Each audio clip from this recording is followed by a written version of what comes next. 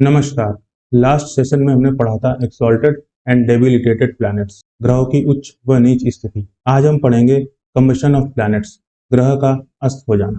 तो एक ग्रह, एक प्लैनेट कब अस्त हो जाता है? प्लैनेट के अस्त होने को हम ऐसे समझते हैं कि अगर आप बहुत ज्यादा लाइट में हो तो आप दिखाई नहीं दोगे। जैसे आप किसी नॉर्मल लाइट में हो तो आप सबको विजिबल होगे, लेकिन आप ऐसी जगह पे हो जहाँ पे लाइट बहुत ज्यादा है, बहुत ज्यादा प्रकाश है, तो वहां आप विजिबल नहीं होगे। जैसे हमारे प्लैनेट्स में सूर्य सबसे ज्यादा प्रकाशवान ग्रह है ना। बाकी प्लैनेट्स सूर्य के चारों ओर परिक्रमा लगा रहे हैं।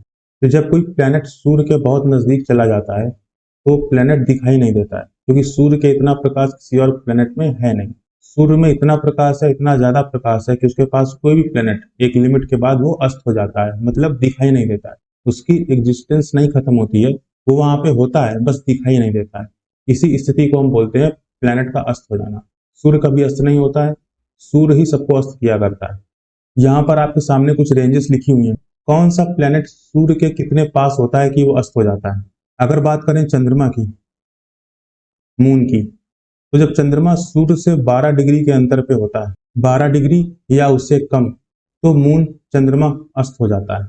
अगर मार्स की बात करें, मंगल की बात करें, तो मंगल और सूर्य के बीच में जब 17 डिग्री या उससे कम का अंतर रह जाता है तो सूर्य मंगल को अस्त कर देते हैं, मंगल अस्त हो जाता है।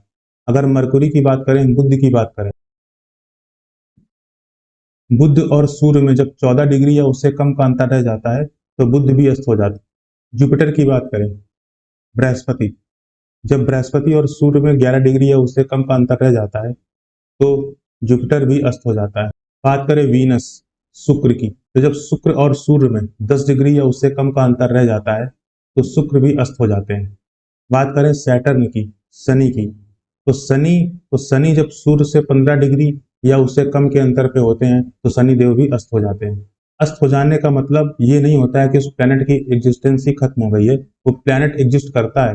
बस मीनिंग ये होती है कि या तो वो कमजोर होता है या उसमें काबिलियत होती है पर उसको एक्नॉलेज नहीं मिलती है।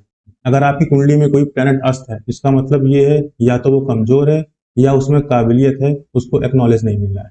अस्त होने का यही मतलब होता है। इसको कुंडली में कैसे देखते हैं? वैसे तो अगर कुंडली में कोई प्लैनेट अस्त होता है तो उस प्लैनेट के ऊपर लिखा होता है। अगर आप इंग्लिश में देख रहे होंगे तो ऊपर सी लिखा होगा, अगर आप हिंदी में देख रहे होंगे तो उसके ऊपर आ लिखा होगा।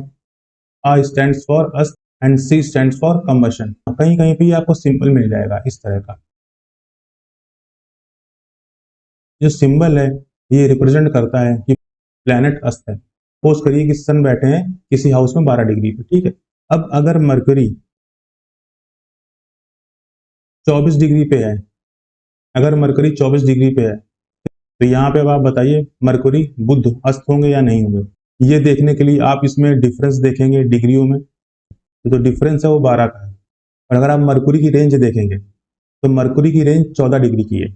बुध की जो रेंज है सूर्य से वो 14 डिग्री की है अस्त होने की, और यहाँ पे जो अंतर है वो 12 डिग्री का है। तो यहाँ पे बुध अस्त हो जाएंगे। अगर यहाँ पे वीनस बैठे हो और वीनस 4 डिग्री पे बैठे हो तो वीनस तो शुक्र अस्त होंगे या नहीं होंगे? अगर आप यहाँ से इसका अंतर निकालेंगे तो 8 निकल के आएगा, ठीक है। और वीनस की जो रेंज होती है वो 10 डिग्री की होती है, तो यहाँ पे वीनस भी अस्त हो जाएंगे। इसी तरह से मान लीजिए सन आपके बैठे हैं 6 डिग्री पे, ठीक है। अब अगर मून यहाँ पे बैठे हैं 8 डिग्री पे, ये तो बहुत नजदीक है ना, ये भी अस्त हो जाएंगे। आप अगर किसी का चार्ट देखें, अपना देखें या किसी का भी देखें, तो ज्यादातर कुंडलियों में मरकुरी, बुध आपको अस्त मिलेंगे। वो क्यों मिलेंगे? क्योंकि सोलर सिस्टम में मरकुरी सूर्य के सबसे नजदीक ग्रह होता है। अगर आप सोलर सिस्टम, जो मैंने आपको शायद फर्स्ट और आई थिंक आपको सेकंड सेशन में मैंने आपको दिखाया था, तो मरकुरी होता है वो सूर्य के सबसे नजदीक प्लेनेट होता है। तो ज्यादातर ये कुंडली में आपको अस्त ही मिलेगा, बहुत कम होता है जब ये अस्त नहीं मिलता है। और कोई भी प्लेनेट जो सूर्य की एक पर्टिकुलर रेंज में आएगा वो अस्त हो जाएगा। तो ये था प्लैनेट्स के अस्त होने का कॉन्सेप्ट। आई होप आपको समझ में आया होगा, पसंद आया होगा। तो अगर आपको समझ में आया है, पसंद आया है, तो वीडियो को लाइक करें, कमेंट करें, और अपडेट्स के लिए चैनल को सब्सक्राइब करें।